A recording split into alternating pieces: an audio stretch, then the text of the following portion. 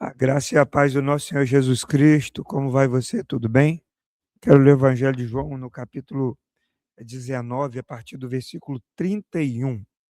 Diz assim: Então, os judeus, para que no sábado não ficassem os corpos na cruz, visto como era a preparação, pois era o grande dia daquele sábado, rogaram a Pilatos que se lhes quebrassem as pernas e fossem tirados. Os soldados foram e quebraram as pernas ao primeiro e ao outro com ele tinham sido crucificados. Chegando-se, porém, a Jesus, como vissem que já estava morto, não lhe quebraram as pernas. Mas um dos soldados lhe abriu o lado com uma lança, e logo saiu sangue e água. Aquele que isto testificou, sendo verdadeiro seu testemunho, e ele sabe que diz a verdade, para que também vós creiais. E isto aconteceu para se cumprir a Escritura: nenhum dos seus ossos será quebrado. E outra vez, diz a Escritura: eles verão aquele a quem transpassaram. Depois disso, depois disto, José de Arimateia, que era discípulo de Jesus, ainda que ocultamente, pelo receio que tinha dos judeus, rogou a Pilatos que lhe permitisse tirar o corpo de Jesus. Pilatos lhe permitiu. Então foi José de Arimateia e retirou o corpo de Jesus. E também Nicodemos, aquele que anteriormente viera ter com Jesus à noite, foi levando cerca de 100 libras de um composto de mirra e aloés. Tomaram, pois, o corpo de Jesus e o envolveram em lençóis com os aromas, como é de uso entre os judeus na preparação para o sepulcro. No lugar de onde Jesus fora crucificado havia um jardim, e neste um sepulcro novo, no qual ninguém ainda tinha sido posto. Ali, pois, por causa da preparação dos judeus e por estar perto o túmulo, depositaram o corpo de Jesus. Aqui chegamos no final, não é, do momento da crucificação. Jesus estava ali pendurado junto com outros dois homens. Um deles foi aquele a quem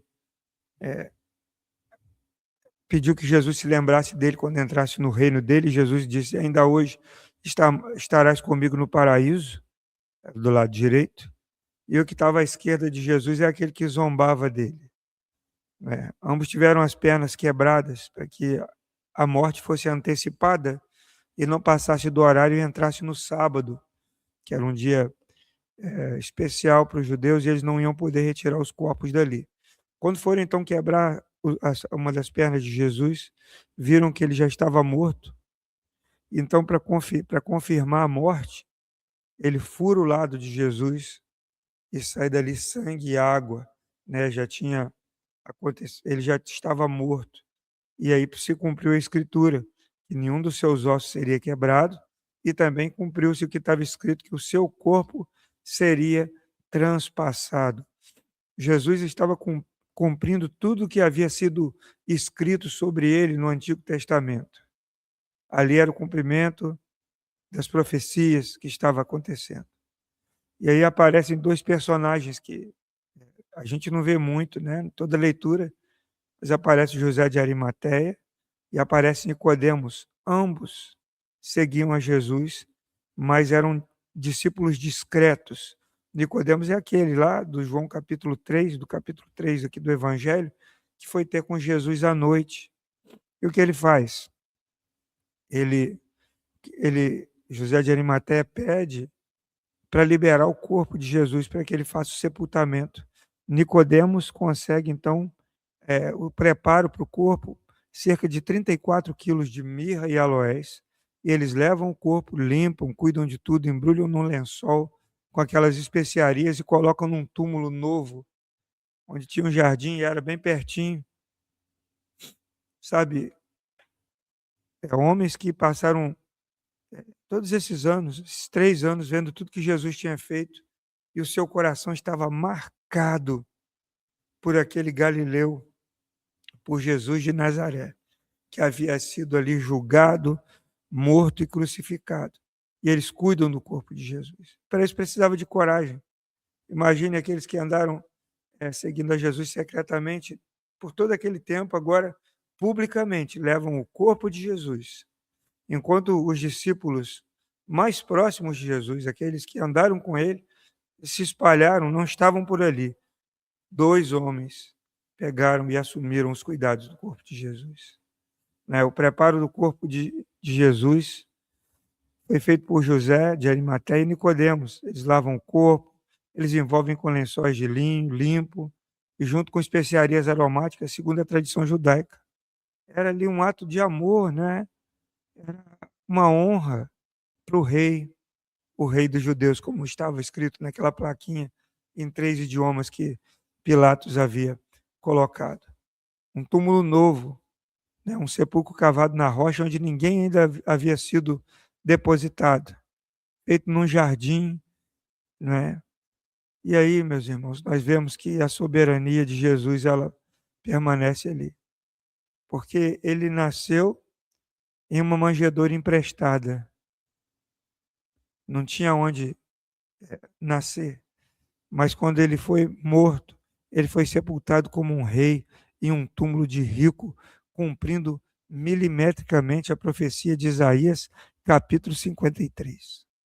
E que nós aprendemos? Nós aprendemos que a cruz ela nos tira do anonimato. Quando nós estamos diante da cruz de Jesus, nós somos desafiados a não ser mais discípulos secretos, nós somos chamados a testemunhar publicamente da nossa fé. Nós somos convocados a declarar a nossa fé, o nosso amor por Ele.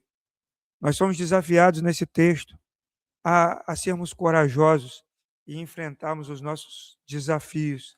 Imagine José de Arimateia e Nicodemos diante de Pilatos, diante de todas as autoridades, assumindo o cuidado com o corpo do Cristo, de Jesus, o Cristo, aquele que havia sido crucificado, não é?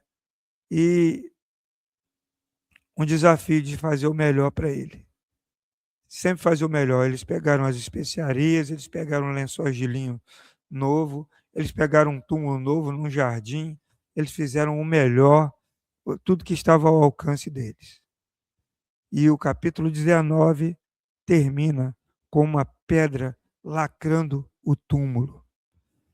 Não é? Ali o corpo foi sepultado. O túmulo era novo e também era emprestado. Mas o dono da vida só precisava dele por 3 dias. Né? O cenário estava pronto para o domingo da ressurreição.